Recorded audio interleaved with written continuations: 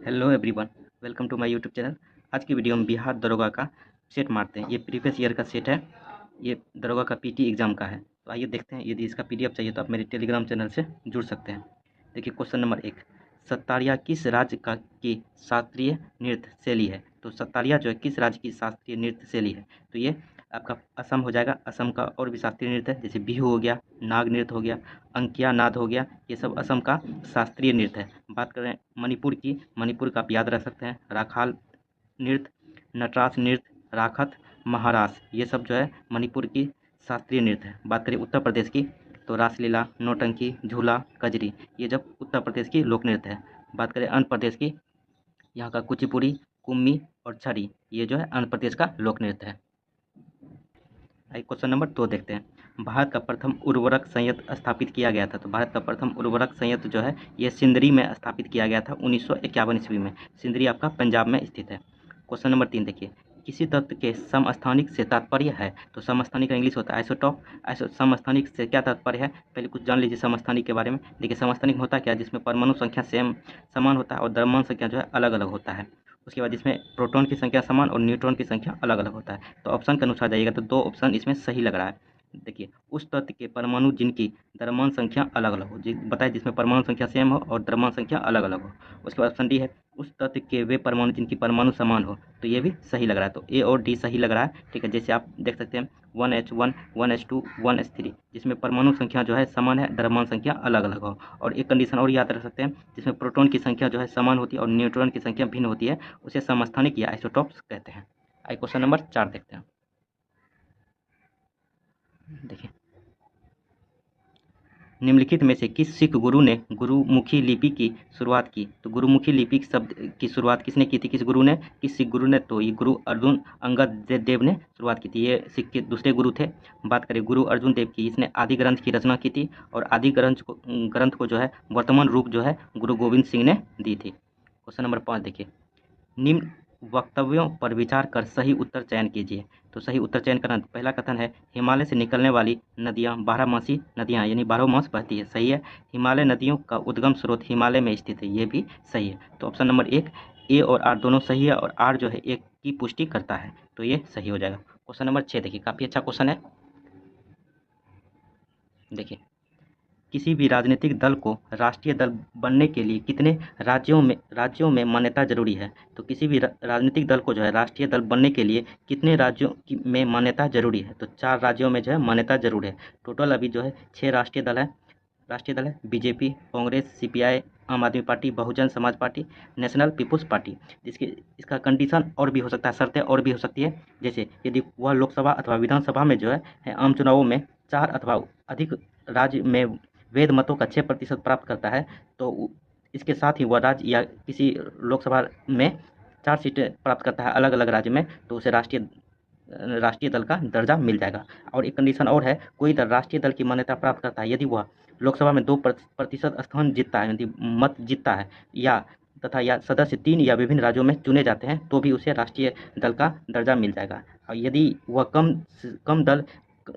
से कम 4 राज्यों में राज्य स्तरीय दल के रूप में मान्यता प्राप्त करता है, तो भी इसे राष्ट्रीय दल का दर्जा मिल जाएगा। ऑप्शन नंबर इसका 4 सही हो जाएगा। क्वेश्चन नंबर 7 देखिए, निम्नलिखित में से किस क्षेत्र में भारत में प्रथम सहकारी आंदोलन का आरंभ हुआ था? प्रथम जो है सहकारी आंदोलन का आरंभ जो है किस क्षेत्र में हुआ था? तो ये कृषि ऋण में जो है प्रथम सहकारी आंदोलन का शुरुआत हुआ था। 1901 ईस्वी में जो है एडवर्ड लॉ की अध्यक्षता में जो है एक समिति गठन हुई थी और 1903 ईस्वी में इसने अपनी रिपोर्ट सौंपी और 1904 ईस्वी में जो है सहकारी ऋण समिति अधिनियम आया हुआ था, एक्ट पारित हुआ था। तो आप इसे याद रख सकते हैं, प्रथम सहकारी आंदोलन जो है कृषि ऋण पे आधारित है। क्वेश्चन नंबर 8 देखिए, निम्मो बाजगो नामक बांध निम्नलिखित में से कौन सी नदी पर स्थित है? तो निम्मो बाजगो बांध जो है ये आपको सिंधु नदी पर स्थित है। बात करें यह बांध जो है लद्दाख के लेह जिले में अवस्थित है। क्वेश्चन नंबर 9 देखिए, किसी वस्तु की कीमत में वृद्धि से क्या अभिप्रेरित है? तो किसी वस्तु की कीमत में वृद्धि अभिप्रेरित है कि मुद्रास्फीति यहाँ पे हुआ है, मुद्रास्फीति। ठीक है, इन्फ्लेशन। तो इसका मतलब हुआ कि मुद्रा की मांग में गिरावट और वस्तु में वृद्धि। ठीक है, मुद्रा के मूल्य में गिरावट और वस्तु के मूल्य में वृद्धि, ये जो किसी वस्तु की कीमत में वृद्धि से अभिप्रेरित है, यानी मुद्रास्फीति से रिलेटेड है। आइए क्वेश्चन नंबर अब 10 देखते हैं। यदि आप लोग को वीडियो अच्छा लग रहा है तो चैनल को जरूर सब्सक्राइब कर दें। देखिए क्वेश्चन नंबर 10, निम्नलिखित में से कौन सी पार्टी या संगठन डॉक्टर अंबेडकर द्वारा स्थापित नहीं किया गया है? तो कौन सा नहीं किया गया डॉक्टर भीमराव अंबेडकर के द्वारा? तो ऑप्शन नंबर 1 दलित मुक्ति मोर्चा जो है ये डॉक्टर अंबेडकर के द्वारा स्थापित नहीं किया गया था। बाकी बात करें समता सैनिक दल, ये स्थापित किया गया था। स्वतंत्र मजदूर संघ 1936 ईस्वी में स्थापित किया गया था। रिपब्लिकन पार्टी ऑफ इंडिया ये भी स्थापित किया था। ये तीनों दल जो है, तीनों पार्टी जो है डॉक्टर अंबेडकर के द्वारा स्थापित किए गए थे। क्वेश्चन नंबर 11 देखिए, सामान्य रूप में भारत में प्रति 5 वर्ष बाद वित्त आयोग की नियुक्ति की जाती है। तो क्यों नियुक्ति की जाती है? तो ये इसका मतलब हुआ केंद्रीय अनुदान और संघ के राजस्व में राज्यों का अंश निर्धारित करने के लिए प्रत्येक 5 वर्ष में जो है वित्त आयोग की स्थापना की जाती है। मतलब केंद्र और राज्य के बीच में टैक्स का बंटवारा करने के लिए। बात करें, ये आर्टिकल 280 के अनुसार राष्ट्रपति को सिफारिश की जाती है कि आप वित्त आयोग की स्थापना की जाए, आर्टिकल 280 के तहत। क्वेश्चन नंबर 12 देखिए,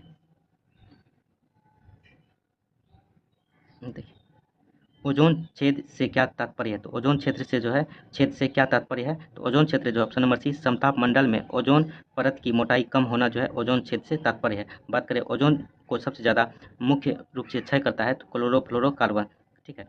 इससे जो है ये ओजोन जो है हमें अल्ट्रावायलेट रे से बचाती है। क्वेश्चन नंबर 13 देखिए, संयुक्त राष्ट्र संघ दिवस कब मनाया जाता है? तो संयुक्त राष्ट्र संघ दिवस जो है प्रतिवर्ष 24 अक्टूबर को मनाया जाता है, क्योंकि इसका गठन जो है 24 अक्टूबर 1945 ईस्वी को हुआ था। वर्तमान में जो है इसमें 193 देश शामिल है। क्वेश्चन नंबर 14 देखिए, ये मिलान करने वाला है। सही सूची 1 को सूची 2 से मिलान कीजिए और कूट का प्रयोग कर सही उत्तर चुनिए। इधर बाघ आरक्षित क्षेत्र है, इधर राज है, ठीक है। तो इसका राइट आंसर होगा ऑप्शन नंबर सी। देखिए इंद्रावती जो आपका हो जाएगा छत्तीसगढ़, पेरियार आपको केरल हो जाएगा। उसके बाद सिमलीपाल आपको हो जाएगा उड़ीसा और बांदीपुर हो जाएगा कर्नाटक। आप इसे ध्यान में रख सकते हैं। जब आपको इसका पीडीएफ मिलेगा तो आप एक बार देख लीजिएगा। क्वेश्चन नंबर 15 देखते हैं, कौन सा संयंत्र तरल पदार्थों के अवशिष्ट गुरुत्व को मापता है? तो कौन सा जो है संयंत्र या तरल पदार्थ जो है विशिष्ट गुरुत्व को गुरुत्वाकर्षण को मापता है? तो ये इसका राइट आंसर हो जाएगा ग्रेविमीटर। बात करें हाइड्रोमीटर, ये तरल का घनत्व को मापता है। क्वेश्चन नंबर 16 देखिए सूची 1 को सूची 2 से सम्मिलित कीजिए। इधर उद्योग है, इधर अवस्थित है, किस कहाँ पे अवस्थित है? इसका राइट आंसर हो जाएगा ऑप्शन नंबर 1 रेलवे उपकरण भिलाई हो जाएगा। मोटर वाहन आपका हो जाएगा जबलपुर। पोत निर्माण आपका हो जाएगा कोच्चि। साइकिल उद्योग हो जाएगा लुधियाना। तो इसको एक बार पीडीएफ मिलेगा तो आप लोग देख लीजिएगा। क्वेश्चन नंबर आप 17 देखते हैं।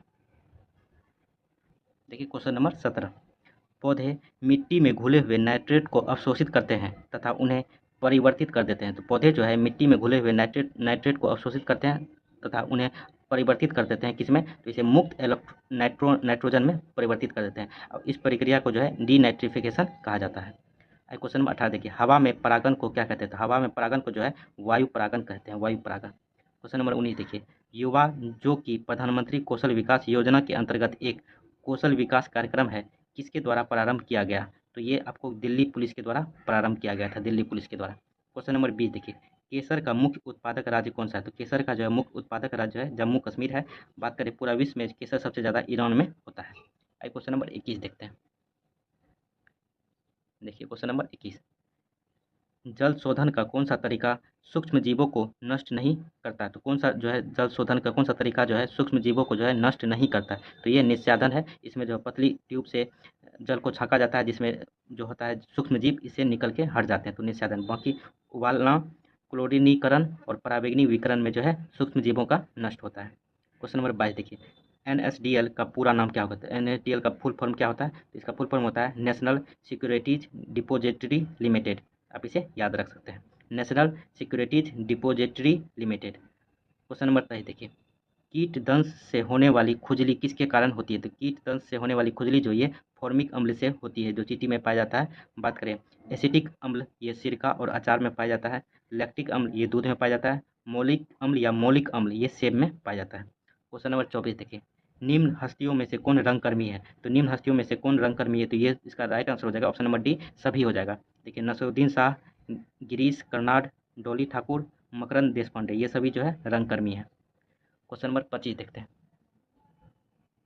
देखिए क्वेश्चन नंबर 25, महात्मा गांधी राष्ट्रीय उद्यान कहाँ अवस्थित है? तो महात्मा गांधी राष्ट्रीय उद्यान जो है ये आपको पोर्ट ब्लेयर में स्थित है, पोर्ट ब्लेयर। क्वेश्चन नंबर 26 देखिए, कुछ नहीं में से कुछ का सर्जन किस नियम के विरुद्ध है? कुछ नहीं में से कुछ का सर्जन जो ये द्रव्यमान ऊर्जा संरक्षण के विरुद्ध है। क्वेश्चन नंबर द्रव्यमान ऊर्जा संरक्षण में होता है कि आपको एनर्जी का जो है ट्रांसफर होता है एक में दूसरे दूसरे बॉडी में, ठीक है। कंजर्वेशन ऑफ मास लॉ पढ़े होंगे आप लोग, ठीक है, वही है, इसके विरुद्ध है। क्वेश्चन नंबर 27 देखिए, भूमध्य रेखा निम्नलिखित में से किस देश से होकर नहीं गुजरती है? तो ये मैक्सिको से होकर नहीं गुजरती है, बाकी केनिया, इंडोनेशिया और ब्राज़ील से होकर जो है भूमध्य रेखा गुजरती है। क्वेश्चन नंबर 28 देखिए, विश्व के इतिहास में पहली परमाणु आपदा कब हुई थी? तो विश्व के इतिहास में पहली परमाणु बम का उपयोग जो है कब हुआ था? तो 6 अगस्त 1945 ईस्वी को जापान पे गिराया गया था।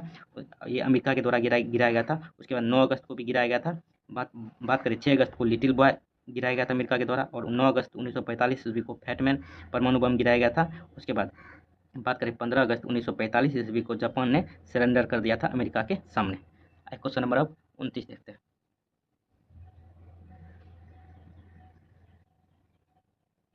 देखिए क्वेश्चन नंबर 29, हस्तांतरण मूल्य का संबंध किससे है? तो हस्तांतरण मूल्य का जो है संबंध किससे? तो इसका संबंध है कर एवं लेखांकन से, कर एवं लेखांकन से। क्वेश्चन नंबर 30 देखिए, भारत के किस राज्य में सर्वाधिक सिंचाई ट्यूबवेल द्वारा की जाती है? तो सर्वाधिक सिंचाई जो है ट्यूबवेल द्वारा किस राज्य में होती है? तो ये उत्तर प्रदेश में होती है, और सबसे ज़्यादा नलकूपों की सर्वाधिक संख्या भी यूपी में है। क्वेश्चन नंबर 31 देखिए, गौतम बुद्ध के संवादों की भाषा क्या थी? तो गौतम बुद्ध की संवादों की भाषा जो थी वो पाली भाषा थी। इसने अपना पहला उपदेश सारनाथ में दिया था, जिसे जो है बौद्ध ग्रंथों में धर्मचक्र परिवर्तन कहलाता है।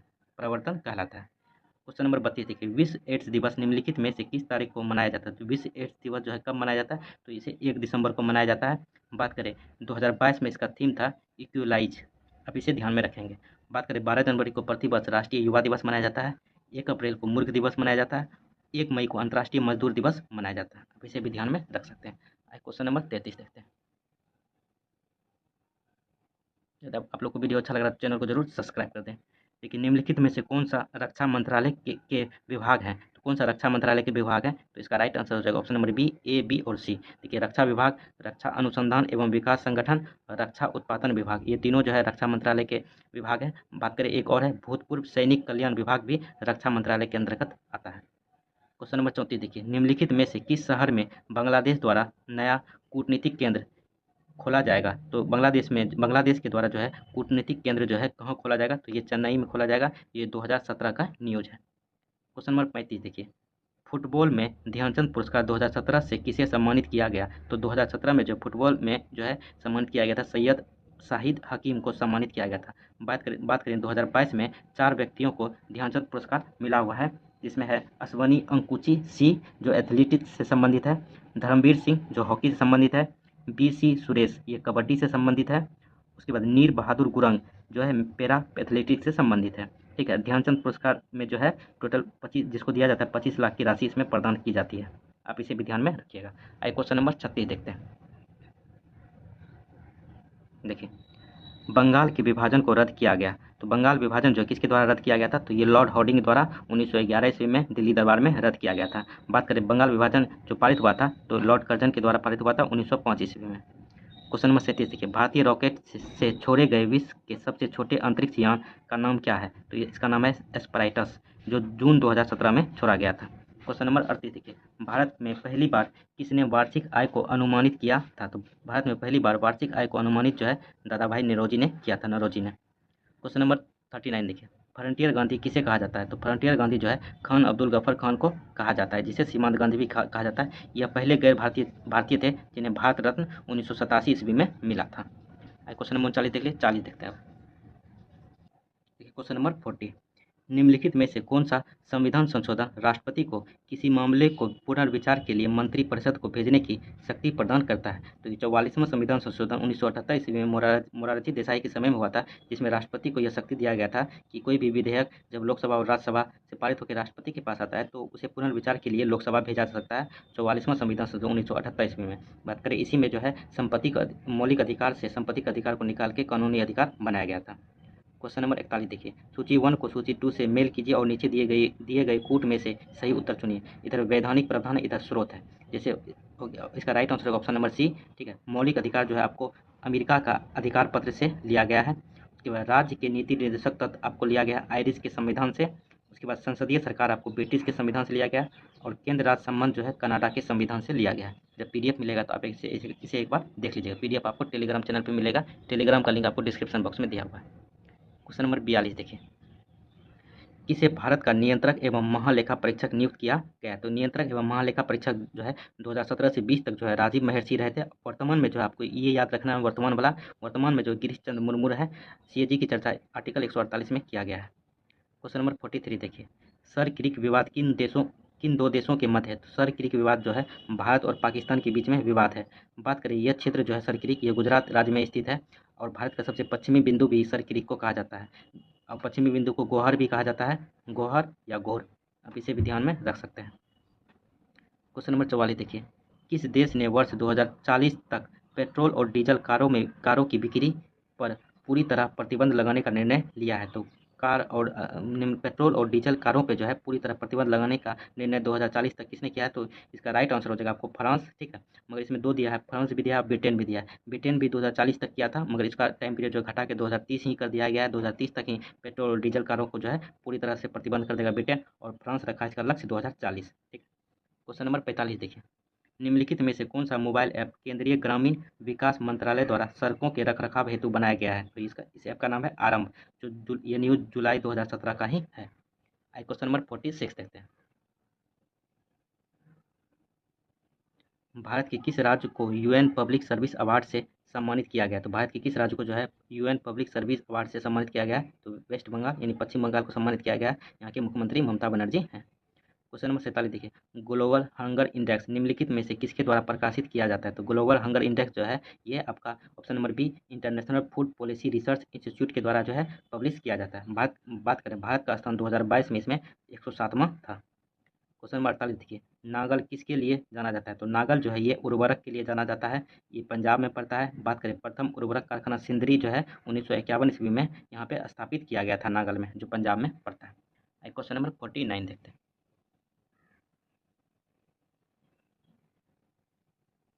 क्वेश्चन नंबर 49, 2011 की जनगणना के अनुसार भारत में निम्नलिखित में से किस राज्य में लिंगानुपात सर्वाधिक रहा था? तो ऑप्शन के अनुसार हो जाएगा तमिलनाडु।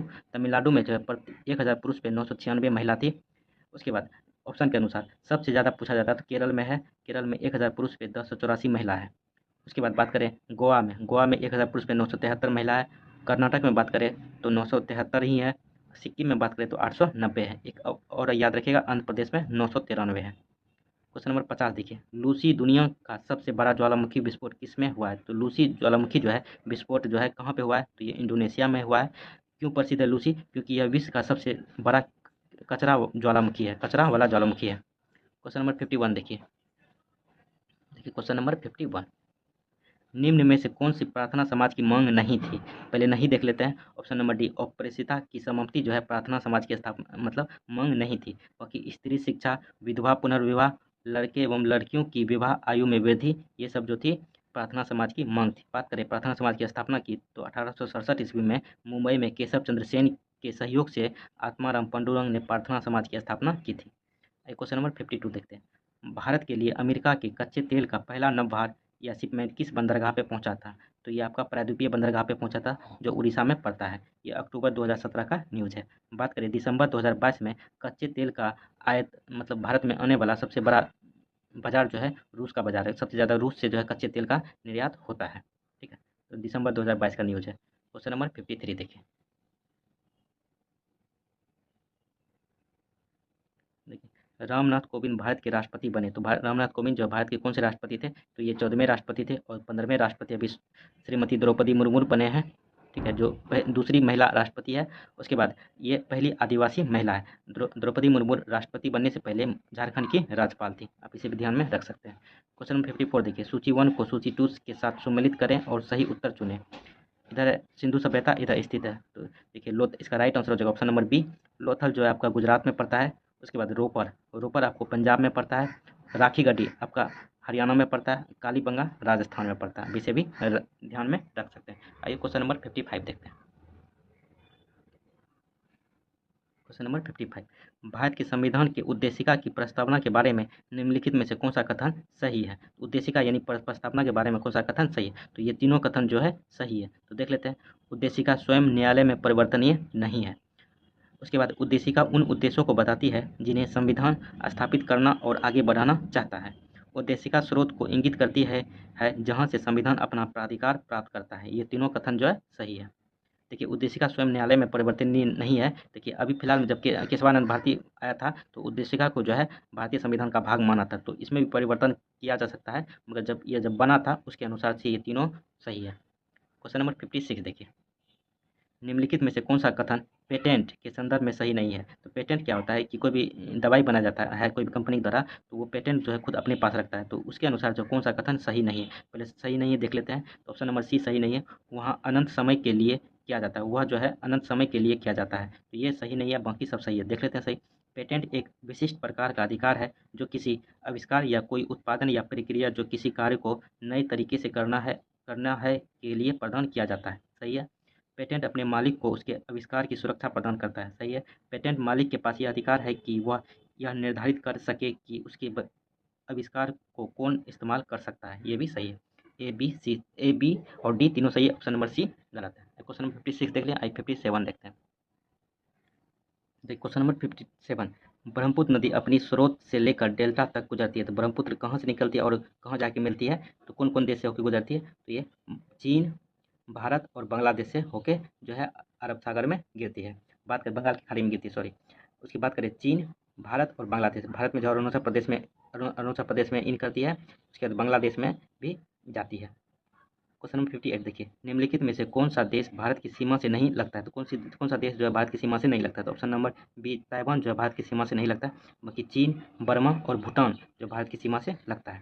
क्वेश्चन नंबर 59 देखिए, यूनेस्को का डायरेक्टर जनरल कौन है? तो यूनेस्को का डायरेक्टर जनरल जो है अंद्रे ओजले है, अंद्रे ओजले। वर्तमान में भी जो है यही डायरेक्टर है।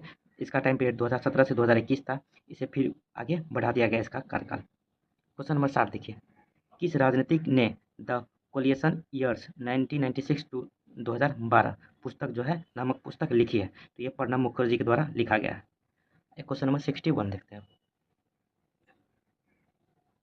देखिए, लोकतंत्र के बारे में निम्न कथनों पर विचार करें। तो लोकतंत्र के बारे में कौन सा कथन सही है? तो उपयुक्त में से कौन सा कथन सही है? तो उसका राइट आंसर जो ऑप्शन नंबर 1 ए और जो है सी कथन लोकतंत्र के बारे में सही है। देख लेते हैं। इनके लोगों द्वारा निर्वाचित सरकार का गठन होता है, मतलब लोगों के द्वारा जो है निर्वाचित सरकार का गठन होता है। सही है। ऑप्शन नंबर सी है, प्रत्येक मत का मूल्य एक ही होता है। तो सही है। प्रत्येक मतलब जो आदमी एक वोट करता है लोकसभा चुनने के लिए, लोकसभा अध्यक्ष या एमपी चुनने के लिए, तो एक व्यक्ति का मूल्य जो है एक ही होता है। ठीक है। तो ऑप्शन नंबर 1 और सी सही है। तो देखिए बी क्या है, लोकतंत्र में वर्तमान में सत्तासीन लोगों के हराने की संभावना काफ़ी होती है, तो ये गलत है। क्वेश्चन नंबर 62 देखिए, सकल घरेलू उत्पाद को किसके सभी के मूल्य के रूप में परिभाषित किया गया है? तो सकल घरेलू उत्पाद को परिभाषित आप कैसे कर सकते हैं? तो ऑप्शन नंबर 1 के थ्रू ही, किसी अर्थव्यवस्था में एक वर्ष में उत्पादित अंतिम वस्तुओं एवं सेवाओं का जो आकलन निकाला जाता है उसे सकल घरेलू उत्पाद के द्वारा परिभाषित किया जाता है। क्वेश्चन नंबर 63 देखिए, क्वेश्चन नंबर 63 देखिए, निम्नलिखित में से कौन सी मुद्रा स्पेशल ड्राइंग राइट्स यानी एसडीआर की पेटिका में आती है? तो स्पेशल ड्राइंग राइट यानी एसडीआर की पेटिका में आती है। तो ये सभी डॉलर जो है, सभी मुद्राएं जो है एसडीआर पेटिका में आती है। उपयुक्त सभी देख लेते हैं। यूएस डॉलर, जापानी येन, ब्रिटिश पाउंड, चाइनीज रेनबी और यूरो, ये पांचों मुद्रा जो है स्पेशल ड्राइंग राइट्स में आती है। क्वेश्चन नंबर 64 देखिए, भारत में निम्नलिखित में से कौन सा क्षेत्र विविधता का तप्त स्थल यानी हॉट स्पॉट है? तो ये पश्चिमी घाट जो है, भारत का पश्चिमी घाट जो है हॉट स्पॉट स्थल है। क्वेश्चन नंबर 65 देखिए, कौन सा विटामिन रक्त का थक्का बनने के लिए आवश्यक है? तो कौन सा विटामिन जो है रक्त का थक्का बनने के लिए आवश्यक है? तो विटामिन के जो है रक्त का थक्का बनने के लिए आवश्यक है। बात करें रक्त का थक्का बनने का अनिवार्य प्रोटीन जो है, ये फाइब्रोजिनोन है, फाइब्रोजिनोन। क्वेश्चन नंबर 66 देखिए, गर्म रेगिस्तान में तथा उनके चारों ओर पवन धूल से बनने वाले मृदा को क्या कहा जाता है? तो गर्म रेगिस्तान में उनके चारों ओर पवन की धूल से बनने वाली मृदा को जो है क्या कहा जाता है? तो इसे लोएस मृदा कहा जाता है, लोएस मृदा। बात करें सबसे बड़ा लोएस मृदा का मैदान जो है चीन में है। क्वेश्चन नंबर अब 67 देखते हैं। यदि आप लोग को वीडियो अच्छा लगा तो चैनल को जरूर सब्सक्राइब कर दें। क्वेश्चन नंबर 67 देखिए, निम्नलिखित में से कौन सा कथन सही है? तो देखिए कौन सा कथन सही है, तो ऑप्शन नंबर सी इसका राइट आंसर हो जाएगा। ए और बी कथन जो है सही है। देख लेते हैं। 326 बीसी में सिकंदर ने भारत पर आक्रमण किया था। सही है। तक्षशिला के राजा ने सिकंदर और उसकी सेना का स्वागत किया था, ये भी सही है। और उसके बाद दिया है सिकंदर की मृत्यु 332 बीसी में हुई थी, तो ये गलत है। सिकंदर की मृत्यु जो है 323 बीसी में हुई थी। कहाँ पे हुई थी? बेबीलोन में। तो देख लेते हैं, सिकंदर का जन्म 356 ईसा पूर्व में हुआ था, इनकी मृत्यु 323 ईसा पूर्व में हुआ था, मृत्यु जो है बेबीलोन में हुआ था। क्वेश्चन नंबर 68 देखिए, India after Gandhi the history of the world largest democracy नामक पुस्तक के रचयिता कौन है? तो India after Gandhi the history of the world largest democracy पुस्तक के रचयिता जो है रामचंद्र गुहा है, रामचंद्र गुहा। आइए क्वेश्चन नंबर 69 देखते हैं। देखिए, निम्नलिखित में से यूनेस्को के इंटेंजिबल कल्चरल हेरिटेज में क्या शामिल नहीं है? तो कौन सा शामिल नहीं है? तो ऑप्शन नंबर सी, बिहू जो है असम का जो लोक नृत्य, ये शामिल नहीं। मक्की रम्मन, संकीर्तन, योगा, ये जो है अमूर्त संस्कृति विरासत में शामिल है। एक इधर अमूर्त संस्कृति में गरबा को भी शामिल किया गया, जो गुजरात का लोक नृत्य है। क्वेश्चन नंबर 70 देखिए, 1926 ईस्वी में नौजवान सभा किसके द्वारा बनाई गई? तो 1926 में नौजवान सभा जो है ये भगत सिंह के द्वारा बनाया गया था, भगत सिंह।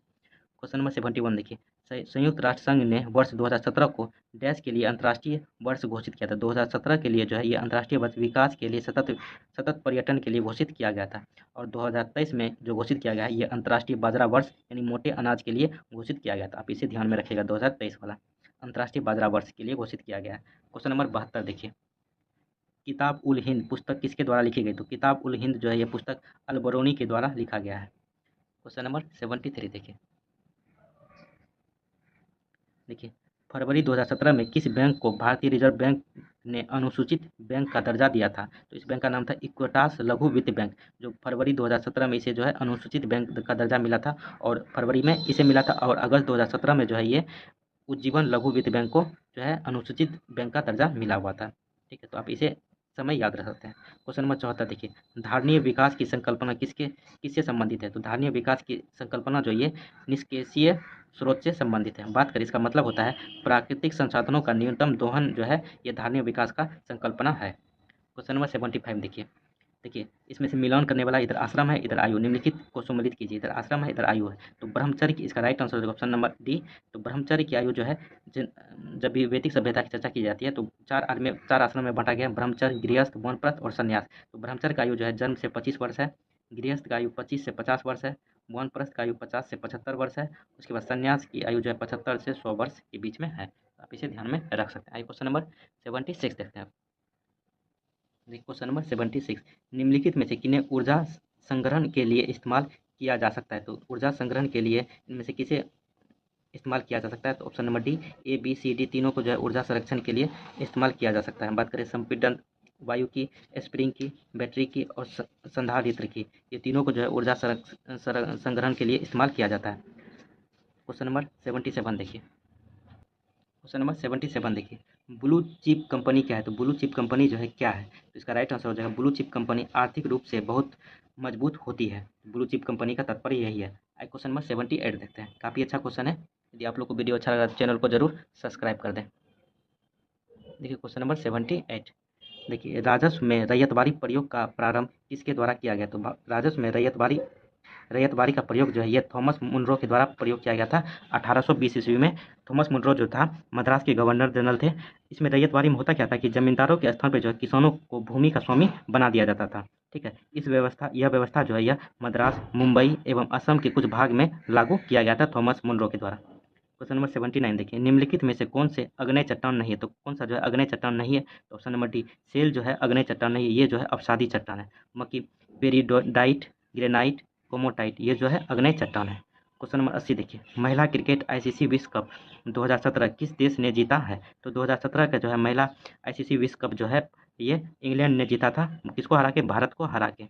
बात करें 2022 में जो है ये T20 हुआ था, T20 वर्ल्ड कप, ये ऑस्ट्रेलिया ने जीता था इंग्लैंड को हरा के। ये ऑस्ट्रेलिया ने जीता था इंग्लैंड को हरा के। आप इसे ध्यान में रख सकते हैं। देखिए इसको अब दिमाग से निकालिए, ये थोड़ा सा रॉन्ग लग रहा है। ठीक है, क्वेश्चन नंबर 81 देखिए, निम्नलिखित में से कौन सा एक रासायनिक परिवर्तन का उदाहरण है? तो रासायनिक परिवर्तन का कौन सा उदाहरण? तो ऑप्शन नंबर एक ही होगा, कागज का जलना जो है रासायनिक परिवर्तन का उदाहरण है। बात करें नरम लोहे का चुंबकीय होना, जल में शक्कर का घुलना, जल में बर्फ के घरों का बनना, ये सब जो है भौतिक परिवर्तन का उदाहरण है। क्वेश्चन नंबर 82 देखते हैं। देखिए, निम्नलिखित में से किसने विश्व का सबसे लंबा जीपीएस तकनीक आधारित अंतर समुद्री संचार प्रणाली आरंभ किया है? तो विश्व में सबसे लंबा जो है जीपीएस तकनीकी आधारित अंतर समुद्री संचार प्रणाली जो है आरंभ किया गया था किसके द्वारा? तो रिलायंस के द्वारा आरंभ किया गया है। क्वेश्चन नंबर 83 देखिए, निम्नलिखित में से कौन राष्ट्रीय एकता परिषद का गठन करता है? तो राष्ट्रीय एकता परिषद का गठन जो है प्रधानमंत्री कार्यालय के द्वारा किया जाता है। क्वेश्चन नंबर 84 देखिए, कौन सा आईआईटी संस्थान में एमबीबीएस पाठ्यक्रम को शामिल करने की योजना है? तो आईआईटी खड़गपुर के द्वारा जो है एमबीबीएस पाठ्यक्रम को शामिल करने की योजना बनाया गया है। क्वेश्चन नंबर 85 देखिए, विश्व का सबसे बड़ा मंदिर परिसर कहाँ स्थित है? विश्व का सबसे बड़ा मंदिर परिसर जो है कंबोडिया में स्थित है, जो अंकोर वाट मंदिर जो है इसका परिसर सबसे बड़ा परिसर है। क्वेश्चन नंबर 86 देखिए, हड़प्पा स्थल किस नदी के तट पर स्थित है? तो हड़प्पा नदी तट जो है ये रावी नदी के तट पर स्थित है। बात करिए, पाकिस्तान के पंजाब प्रांत में स्थित है। इसकी खोज जो 1921 ईस्वी में दयाराम साहनी ने की थी। आइए क्वेश्चन नंबर 87 देखते हैं।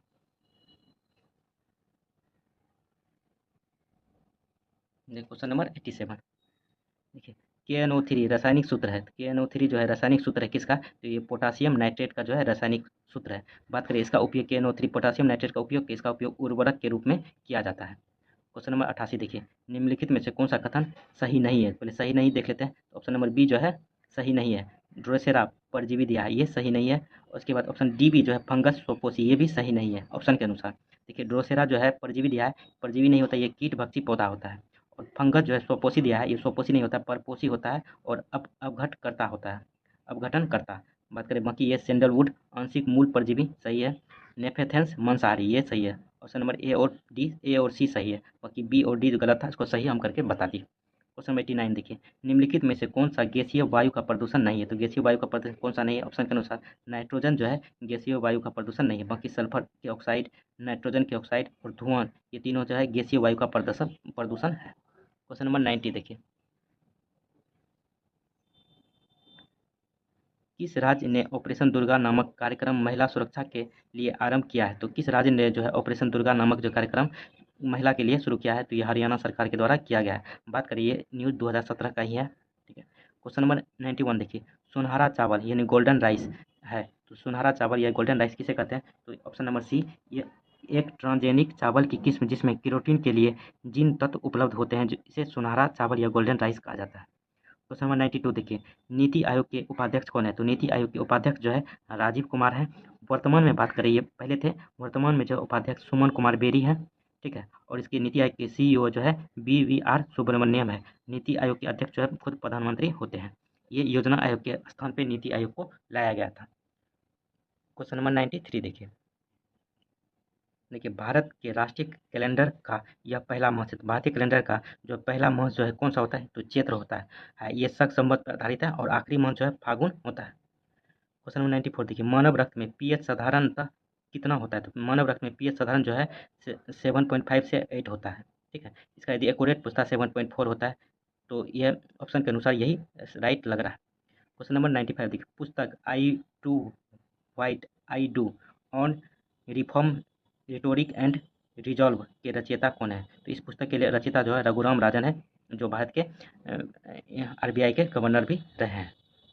क्वेश्चन नंबर 96 देखिए, जब एक अर्थव्यवस्था स्फीति दबाव से गुजर रही हो तो क्या उपाय अपनाने चाहिए? तो देख लीजिए, इसका राइट आंसर होगा ऑप्शन नंबर 1, प्रत्यक्ष करों को बढ़ा देना चाहिए। बाकी जो ब्याज दर घटा देना चाहिए, ये नहीं करना चाहिए। सार्वजनिक व्यय बढ़ा देना चाहिए, ये भी नहीं करना चाहिए। यदि अर्थव्यवस्था स्फीति दबाव जो है काफ़ी ज़्यादा है, तो स्फीति मुद्रास्फीति सबसे ज़्यादा है, तो प्रत्यक्ष करों को जो है बढ़ा देना चाहिए। आइए क्वेश्चन नंबर 97 देखते हैं। देखिए, क्वेश्चन नंबर 97, तेज क्या है? तेज जो है एक डिजिटल पेमेंट बैंक है। यह तेज जो है सरकार के द्वारा लाया गया, तो तेज जो है डिजिटल पेमेंट ऐप है। 98 देखिए, निम्नलिखित में से कौन चंगेज़ खान का समकालीन था? तो चंगेज़ खान के समकालीन जो है सुल्तान श्यामुद्दीन इल्तुतमिश जो है, ये चंगेज़ खान के समकालीन थे। क्वेश्चन नंबर 99 देखिए, अब देखिए, N F N F T A के सदस्य हैं। तो NFTA का सदस्य जो है USA, कनाडा और मेक्सिको है।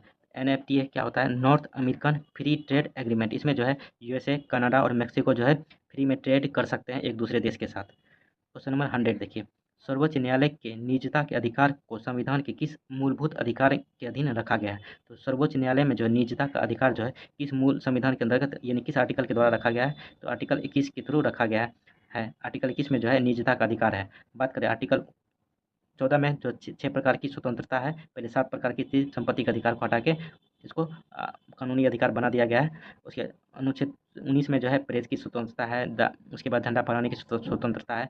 6 प्रकार की स्वतंत्रता है, तो आप इसे ध्यान में रखिएगा।